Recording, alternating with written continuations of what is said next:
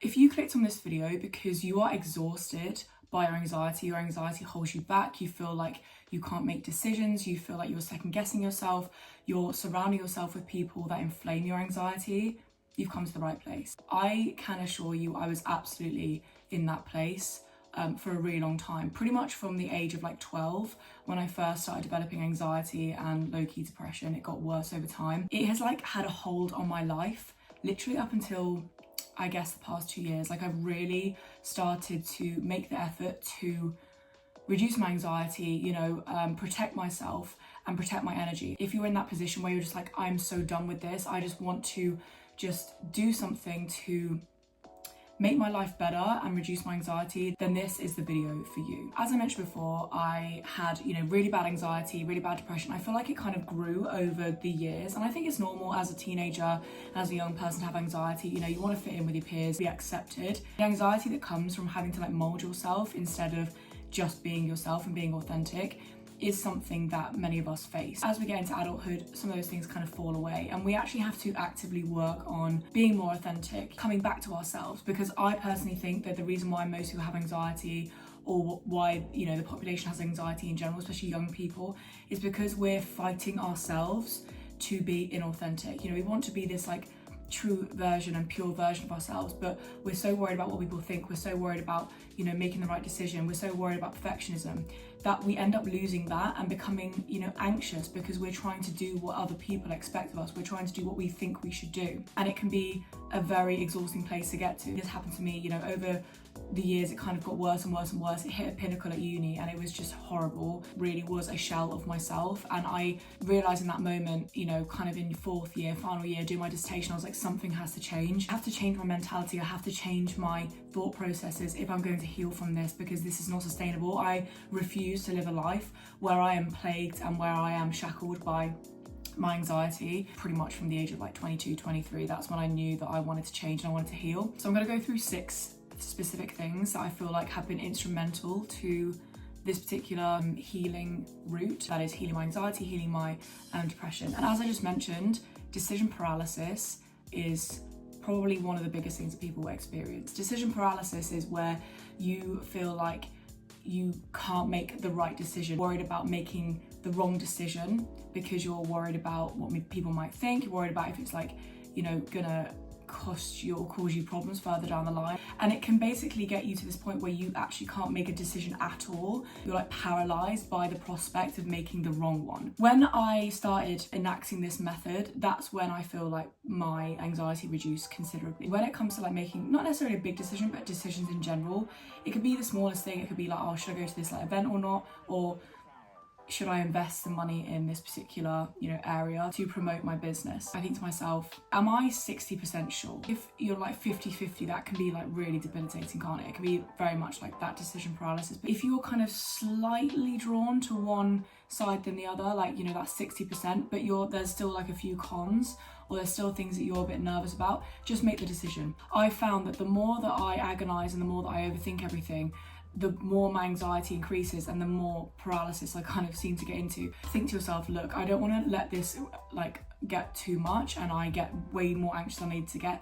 Just make a decision, even if it's like not the right one or whatever it is. It doesn't matter. There's no such thing anyway. Like if you kind of are spiritual, you'll know that there's no such thing as like a right or wrong path. The universe will adjust accordingly depending on, which decision you make, which path you choose to take. It's going to conclude in the same place that you really want to get to. It might just take a little bit longer, or might just take a little bit less time, or you might find, new things on that particular path that you wouldn't find on the other one. If you're 60% on one side, then just go for the one that you're more sure about. It just reduces that time of building up all that anxiety. It just stops you in your tracks when you're kind of getting into that decision paralysis place. It just stops you in your tracks. You're like, no, I just need to make a decision. I need to go with this one. I'm gonna have to stick with that now. Like I've kind of committed to that. When you think of it as like the universe will have my back either way, whatever decision I make will be, to my benefit. It makes the decision process so much easier because you're like, well, whatever route I take is gonna be good for me and it's gonna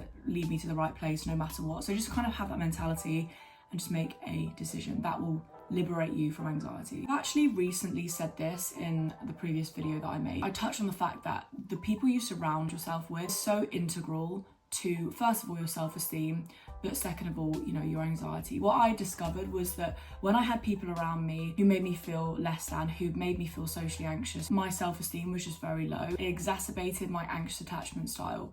And this can be obviously for friendships as well as relationships. When you are with somebody or connected to somebody who makes you feel low and makes you feel shit, your anxiety heightens because you're having to put on more of a front to be around that person.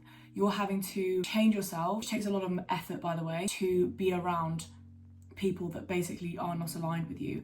And that can increase your anxiety because you're having to, like, essentially, it's like preparing for a test. You know, think about the anxiety that you experience when you're preparing for an exam. That's essentially what your body is doing every time you go and hang out with these people or you go and spend time with this person. Your body is like having to like prepare like it's going to fight. When your anxious attachment style is inflamed, that also, you know, exacerbates your anxiety because you're with somebody who gets those anxiety juices like going in your body and makes you feel that sort of fight, flight, freeze, fawn mode. Those survival instincts kick in. And honestly, and I always think that anybody that kind of creates that in me has got to go. I'm done with the, oh, I know, but I shouldn't because, you know, I don't want to hurt them, or I shouldn't walk away because, you know, there are some good things. No. My life and my time is too precious now to spend it with anybody that inflames that anxious attachment style, that inflames my anxiety. If you think about it, that should just never happen. And I know this is true because I think about my friends and I think about the fact that none of them do that. None of my friends now make me feel any of these survival instincts. Surround yourself with people that make you feel loved and cherished and cared for. Get rid of those people that don't. And I know it can be hard, you know, I've got so many videos about moving away from friendships, moving away from relationships that don't make you feel good. Definitely go and check out my channel because I've got so many videos on that. I've literally just experienced this. Like last year, I decided to walk away from various different friendships that made me feel anxious, friendships that made me feel unwanted, but friendships that made me feel like small. What I will say is distancing yourself from inconsistent, fickle, dismissive people will undoubtedly like cure whatever attachment style you have.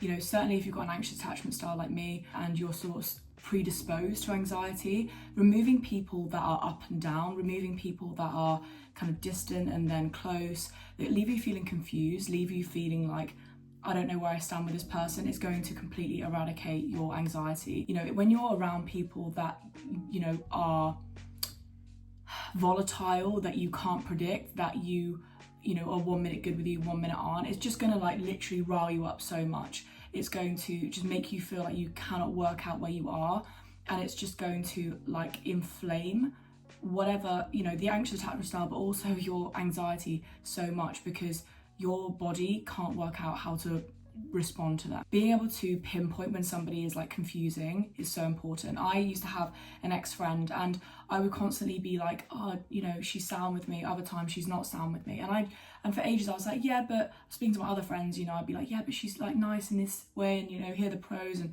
she does this and she's really great in this way. And I remember like one of my really good friends, she said to me, she was just like, yeah, but the fact that you're even confused is a red flag. Like, you should not feel confused at all about whether or not where you stand with somebody. That's insane. Like, you should not 1 minute feel like they're good with you and then the next minute feel like they're not, and you've taken no action. Like, that is a red flag. If somebody can't work out how they feel about you, then they probably are like pretending to like you, or, you know, keeping you around even though they don't really like you, but pretending to like you at times and be nice to you at times, because those are the times when they can perform, and the other times when they feel like they can't is when their true self comes out, or their true feelings towards you comes out. You know, I used to find that like for most of the time, I guess like 70% of the time, this ex-friend of mine would be sound with me and nice with me, but then there'd be like the 30% where I felt like she couldn't hold in her dislike towards me, and that's when I was like, shit, that's like how she probably really feels about me, because she's like having to force herself to pretend for 70% of the time. She can't do it 100% of the time, and that's when it comes out. This can be with relationships as well. You know, you deserve somebody that isn't like unsure, unpredictable with you. You deserve somebody who's constant, consistent, and, you know, ready to be friends of you or connected to you in a regular way, you know, they're not throwing you off. Like, I can't believe I spent so much of my young life using up my energy and my time worrying and being anxious about friends that fundamentally didn't matter. Because if you think about it, if that even exists, if they even make you anxious, they've got to go. So it's literally such a waste of time. Spend time with people that make you feel good. And that's kind of like my third point as well. Surround yourself with people that make you feel like you can be your true authentic self. I'm a very deep sort of deep person. I'm a deep person, and when I don't have friends that are deep, when I feel like I'm only having surface level conversations with people, it's just not a bit of me. And I would beat myself up about this, because, by the way, it's normalized, isn't it? It's so normalized to have like surface level friendships, especially, I'm not gonna lie, in like the older generation. But certainly, you know, when I was at school, I always felt like there was something wrong with me for wanting to have deep conversations like straight away, you know, wanting to learn about somebody deeply. And I just didn't really care about like petty stuff. If I think about people that I know, you know, in the past or whatever, that's what they kind of like, that's what the friendships were grounded on. It was like the surface level stuff, and that for me is just not enough. It's not enriching enough, and it's not satisfying enough. And I think if you are one of those people that is a deep person, there's nothing wrong with you. It's just because it's so normalized to keep surface level people at a distance, surface level friendships. You're going to be forever feeling like you're the odd one out, you're the problem, or there's something wrong with you if you choose to be around people or continue to stay around people that are surface level. As an addition to that, like, I don't want to surround myself with people that do not feel deeply, that do not have a huge amount of empathy, because I don't understand it. I can't relate to people that do not, for example, like me, you know, I'm really into my activism. I do not understand people that do not care deeply for other people and just like have this like overwhelming sort of like natural reaction to like other people's suffering. Like, I've had to let go of friends that literally have said to me, yeah, I don't care about like certain things going on in the world, or I don't care about like, I don't know, just like, oh, I care about, I'm focusing on myself, like I care about like just being selfish, basically. It's not for me. And I think, again, like, I feel like through time I felt like there's something wrong with me. It's like I've been made over time at different points to feel like I'm weird for caring about certain things so deeply, or really feeling really strong feelings towards like something that, you know, I feel like is an injustice. There were just a few people in my past who didn't have the same level of care for other people, and it wasn't like a big part of their lives kind of thing. And I think for me personally, I need those kind of friendships. And I think if you're somebody like that as well, a very deep person, surround yourself with people like that. There are so many people out here who are empathetic and deep. They want to have intimate conversations with people, you know, especially like their friends and people that they're close with. And so, yeah, I just want you to be reassured there are people like that, and that if you are somebody that needs that and like craves that, then you need to surround yourself with people like that, because that will just considerably reduce your anxiety. Being amongst people that you're not aligned with, it just increases that feeling of, I need to pretend to be around these people, I need to sort of put on an act, I need to mask, and that is really exhausting. But when you're around people that are like you, that are like loving and deep feeling, it's so validating, it's so reassuring, and it just makes you feel at home. It makes you feel like you can just be your total authentic self, and there's going to be people that get it and not be gaslit into thinking that there was something wrong with me and that most people weren't like this. There are plenty of people like this. You just got to find them. When I overthink, I typically overthink about maybe my behaviour in a certain situation, or, oh, should I have done that? Should I have done this? Should I have changed my behaviour in that sort of way? Or did that person take it as an offence? Or, you know, was that person that off with me, etc. Instead of like looking for the negatives, which I am so good at historically doing, I try and practice looking for like the positive alternative. Try and think of the positives, you know, oh, what did I do right? Like, this person responded to me really well. Like, this person was like, I had a really great chat with this person, or like, you know, oh, this really good thing happened because of this. When you focus so much on the negatives, you can get into this like downward spiral of just like agonizing over everything and deeping everything way too much when nobody else is even thinking about it. But when you're focusing on the positives, or you practice trying to do that, I know it's not easy to do that straight away, but just forcing your brain to like start doing that and work actively, like pushing those negative thoughts away and thinking, yeah, but what went well, and even writing these things down, that can really help. It forces you up into this positive cycle. You can kind of that way put the negative things that you perceive into context and not catastrophize things so much, because when we overthink, we do catastrophize things so much negatively, whereas if you're trying to sort of force that back with some positives, you're able to assess the situation way more reasonably and way more objectively, because you've got things on balance and not dismiss those positive things with all the negative. I think about how this would have really helped me at school. You know, I would be looking for like bad things that would happen, you know, maybe in my social situation, and if I'd actually focus on the positives, there would have been like 90% positives, but I was agonizing so much over like the 10% of negatives that would consume me, and that would like dominate my brain and continue, like cause me to overthink, when actually there was so much good about what happened to me on a day-to-day basis at school. There'd be so many positive interactions, and I really kind of wish I'd written them down as well, just kind of like prove that to myself. And when you focus on those things, you're heightening your vibration. You know, when you're focusing on the negative things, you're focusing on shame, fear, guilt, which is such a low vibration. It just like makes you feel even worse. But if you're focusing on the things that went well, you're more likely to think more positively, you know, like joy, happiness, higher vibrational emotional states. And then you're putting yourself in that higher vibration. You can't even see the rest. Like your vision and your brain isn't even down there, and it can't see those things.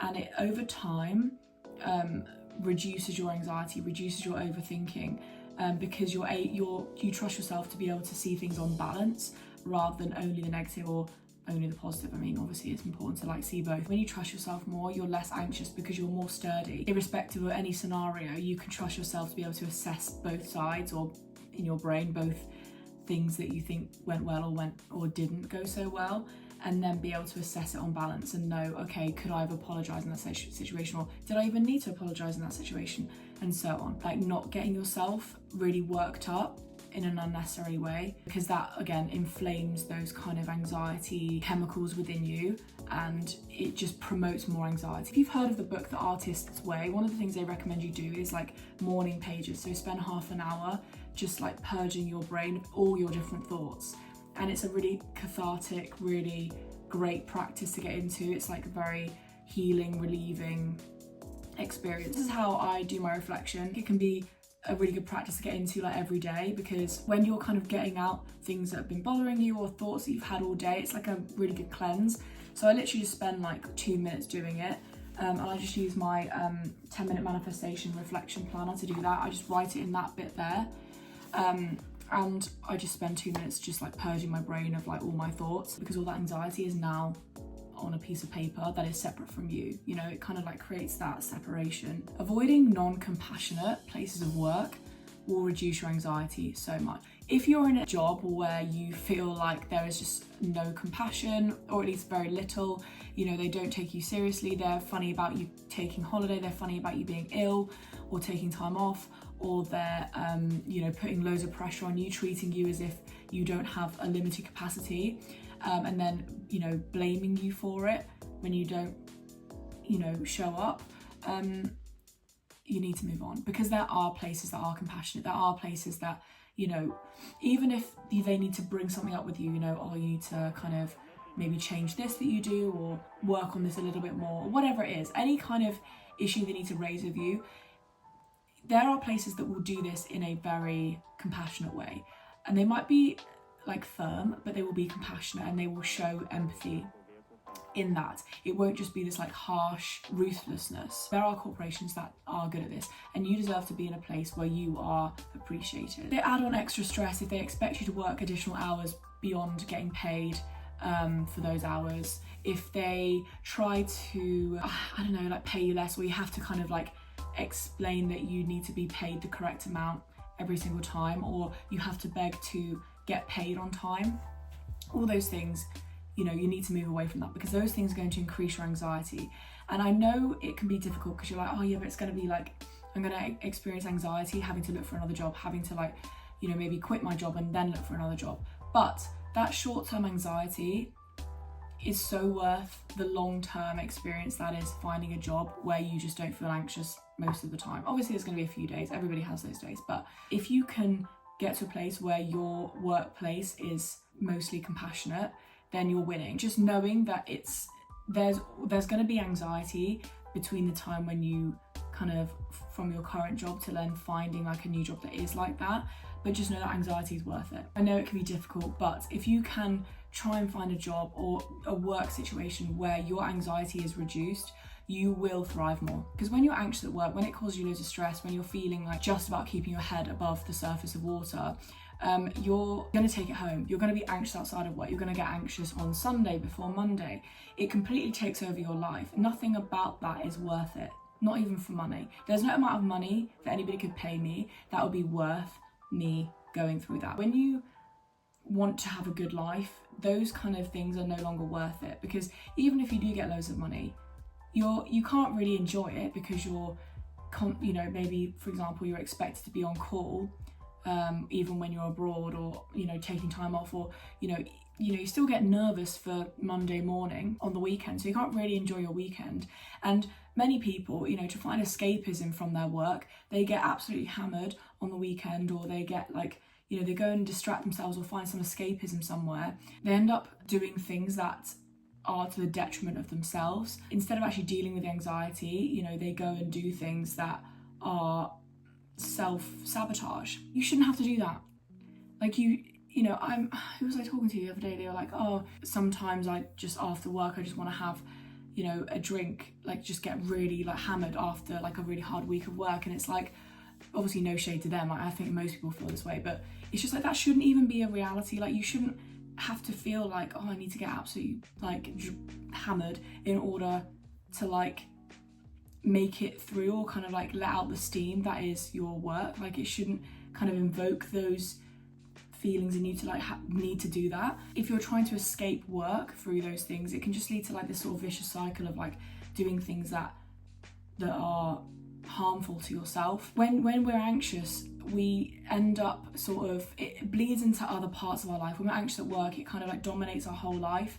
But when you're in a place that's compassionate, when you're in a place that's like doesn't make you feel like so in survival mode, you can actually wind down in the period of time when you can wind down, like on the weekend and holidays and that kind of thing. You feel like you can actually just be a human, and also like work is one aspect of your life, not your whole life. Finally, I would say, and as I did touch on this just a minute ago, it's so important to write these things down. Every time I feel triggered, every time I feel a bit like upset about something, I write it down. I try and write it down immediately, because once you get it out, it's like when you relieve your body of the emotion of the upset, it can continue on feeling good. And it's a bit like, I always think of it as like being sick, you know, when you kind of like try and hold it in, you try and swallow it down, and you try and not be sick because it's not very nice. You make yourself feel worse. You continue to feel sick. The sick feeling still comes, and your body's not getting rid of or purging itself of what needs to come out. But everybody knows the moment that they feel sick and they're actually sick and they get it out, they feel 10 times better. That's how I feel like it is with getting triggered or journaling. You're regurgitating, or you're kind of like purging your body of things that bother you. And once you do that, you just feel so much lighter, like your body's like relieved of those things. What I try and do is like, when I feel this way or I feel triggered, I write it down, because it just immediately purges my body of it. It immediately just like releases whatever's bothering me, and plus it puts it into perspective. I write it down, I'm like, oh, it's not even that deep, like it's not even that bad. Your brain can catastrophize things so much, and like the moment you kind of actually write it down and I guess intellectualize it, it's like, oh, okay, like I'm being honest with myself, this is how I truly feel, and it's actually okay, like it's not that bad. So not only does it stop the catastrophization, but it also just it like purges your body of toxicity. And it helps you heal, because when you acknowledge, or when you admit to yourself that you feel triggered, and then you actually write that down, it's putting it out there. It's like no longer there to hurt you. It's like, oh, well, it's out there now, and I've said it, and it's fine. Journaling is so crucial, it's so important. Anyway, that is it for today. I hope you enjoyed this video. I hope you feel reassured, validated, and you know exactly what to do now to kind of work towards reducing your anxiety. Obviously not all the points are going to relate to absolutely everybody, but if they do, if it does resonate with you, please comment down below, comment down your experience, and talk to me about what you've done to reduce your anxiety. I really want to know your experience as well. But anyway, with that, I hope you have a wonderful remainder of your day, and I will see you in my next video. Bye.